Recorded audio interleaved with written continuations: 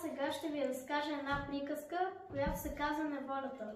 Имало едно време един баща и двама синове.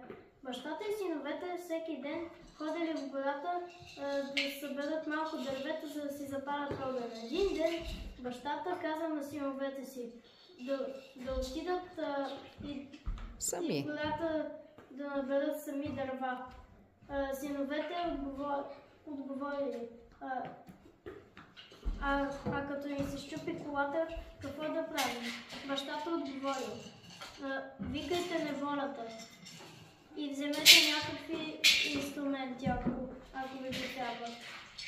И така на следващия ден на сутринта синовете тръгнали в гората да берат дърва и сърнали клечки.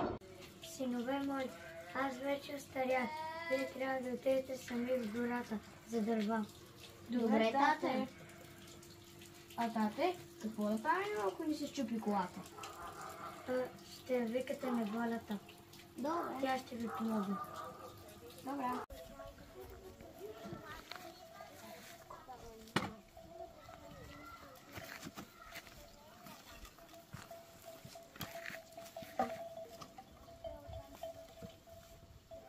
Товари се! Добре, братко. Ти ще ядеш.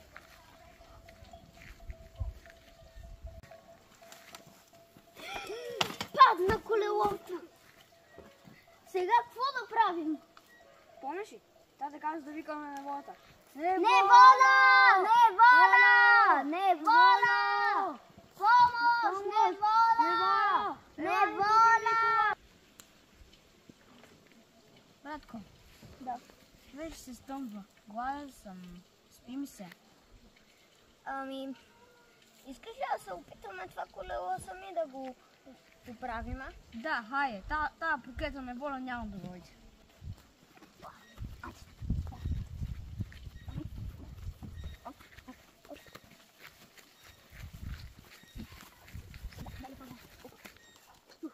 Добре си едно дърва. Добре. По-тънко. Добре.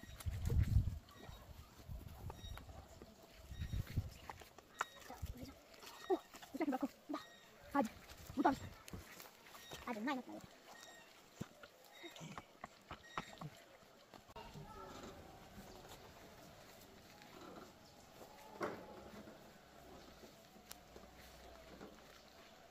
Здрасти, тате! Здрасти, тате. Как мина? Добре. Пъти ни се щупи колата. Викахме неволята. Тя не дойде. А пък накрая Сами си я поправихме. така е, момчета, така е. Когато си помогнеш сам, ще ти помогне и Господ. Браво!